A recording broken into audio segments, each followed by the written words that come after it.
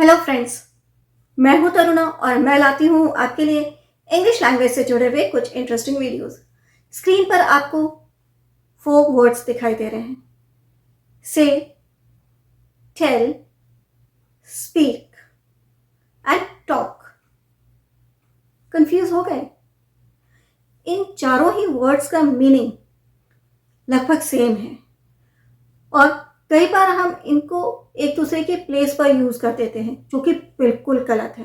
तो आज के वीडियो में हम इन चारों वर्ड्स के बीच का डिफरेंस सीखने जा रहे हैं कि कहां पर इनका सही यूज किया जाता है। तो चलिए आज का वीडियो हम शुरू करते हैं। से, टेल, स्पीक या टॉक, ये सभी वर्ब हैं। सबसे पहले हम बात करते हैं टेल की, कि टेल का यूज हम कब करेंगे। टेल का मीनिंग भी होता है बताना या बोलना। एक्चुअल मीनिंग बताना होता है, पर बोलना भी इसका एक मीनिंग हो सकता है। उस सेंस में भी हम इसे यूज करते हैं। जैसा कि मैंने बताया कि टेल वर्ब है, तो इसका पास्ट फॉर्म टोल्ड होगा और पास्ट पार्टिसिपल फॉर्म वो भी टोल्ड होगा। अब बात आती है कि कहां पर हम टेल का यूज करेंगे। When you want to say something to someone directly, जब आप किसी से डायरेक्टली कुछ कहना चाहते हैं तो आप टेल का यूज करेंगे। या फिर when you want to convey some information to someone, a particular information, जब आप कोई पर्टिकुलर इंफॉर्मेशन किसी को बताना चाहते हैं तब भी आप टेल का यूज करेंगे, राइट? स्पेशली इंटरेक्ट स्पीच में इसका यूज काफी किया जाता है। टोल्ड का, टोल्ड टेल का पास्ट फॉर्म है। कुछ एग्जाम्पल देखते हैं तो आपको ये चीज बिल्कुल क्लियर हो जाएगी। I want to tell you something important. मैं आपको कुछ इंपॉर्टेंट बताना चाहती हूँ, महत्वपूर्ण बताना चाहती हूँ। तो यहां पर मैं डायरेक्टली बात कर रही हूँ। I want to tell you, you, okay. So direct बात कर रही हूं और कुछ स्पेसिफिक इंफॉर्मेशन देना चाहती हूं। क्या? She told me to call tomorrow. उसने मुझे कल फोन करने के लिए कहा। तो उसने डायरेक्टली मुझसे कहा, she told me, right? She told मी। क्या कहा? कि मैं कल फोन करूं। तो स्पेसिफिक इंफॉर्मेशन भी हुई और डायरेक्टली बात भी हुई। तो ये चीज आप हमेशा याद रखिएगा जब भी आप एरर डिटेक्ट करते हैं, करेक्शन वाले सेंटेंसेस देखते हैं, क्वेश्चन सॉल्व करते हैं, तो ध्यान रखिएगा कि टेल या टोल्ड के बाद ऑब्जेक्ट जरूर होना चाहिए, राइट? मी, हिम, अस, इस तरह के वर्ड्स आपको जरूर मिलेंगे। अगर नहीं मिला तो मिस्टेक वहीं पर है। और एग्जाम्पल्स देखते हैं। I told him to finish this project. मैंने उससे कहा कि प्रोजेक्ट कंप्लीट कर ले, फिनिश कर ले, पूरा कर ले।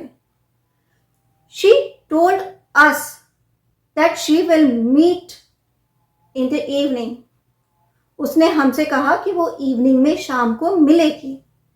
तो एक चीज हमेशा ध्यान रखिएगा, ये ट्रिक है कि अगर आप देख रहे हैं तो टेल के बाद हिम, हर, मी, अस, इस तरह के प्रोनाउंस जरूर आते हैं।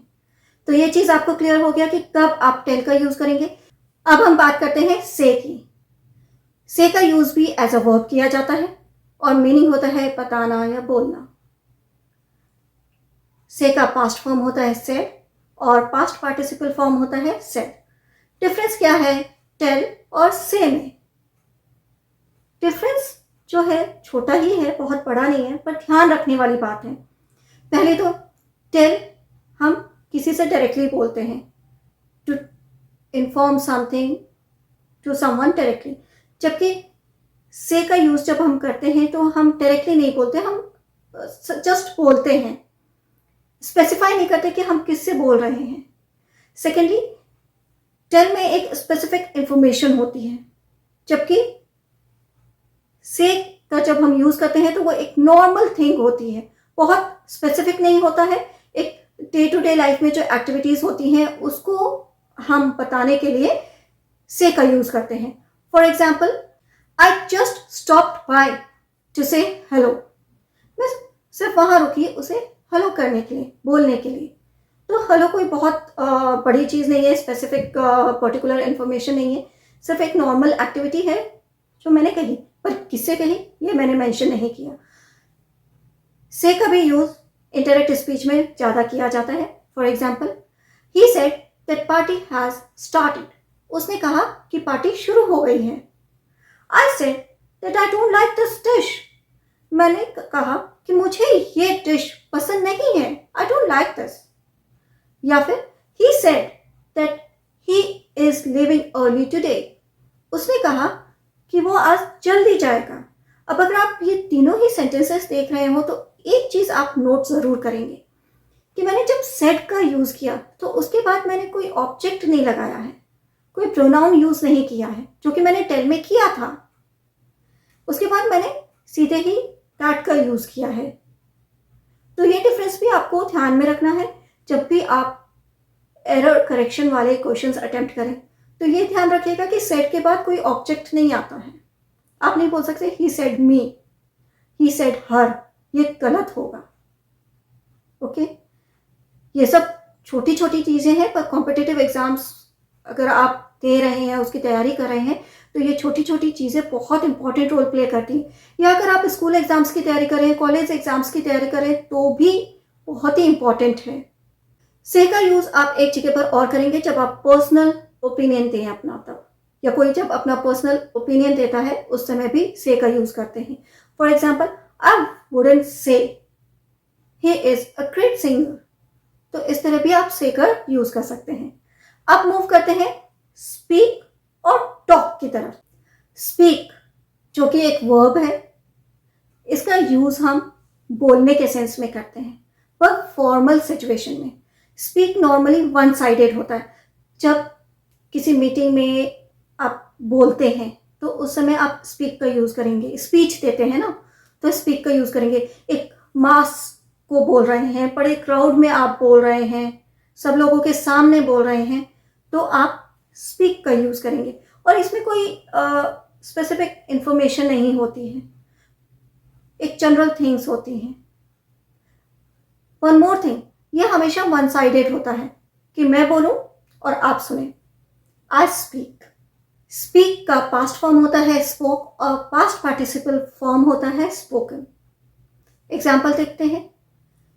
He will speak about the latest development in the meeting, way meeting में जो लेटेस्ट डेवलपमेंट हुआ उसके बारे में बात करेंगे, मतलब एक लार्ज क्राउड को संबोधित करेंगे। या फिर the prime minister will speak on the Manipur violence in the parliament, parliament में प्राइम मिनिस्टर मणिपुर में जो वायलेंस हुआ उसके बारे में बात करेंगे, बोलेंगे।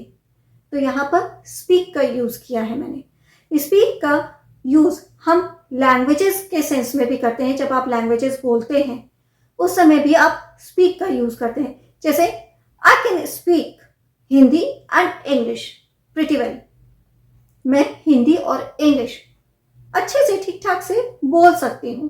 तो यहाँ पर बोलने के लिए मैंने स्पीक का यूज किया क्योंकि लैंग्वेजेस हैं। तो टॉक कब यूज करेंगे? टॉक का मतलब भी होता है बोलना। पहले ये जानते हैं कि टॉक भी वर्ब है, टॉक्ड पास्ट फॉर्म और टॉक्ड पास्ट पार्टिसिपल फॉर्म है। अब मैंने बताया था कि स्पीक वन साइडेड होता है, मतलब स्पीक में सिर्फ एक पर्सन बोलता है। नॉर्मली जो होता है फॉर्मल सिचुएशन में हम स्पीक का यूज करते हैं, रिमेंबर फॉर्मल सिचुएशन में।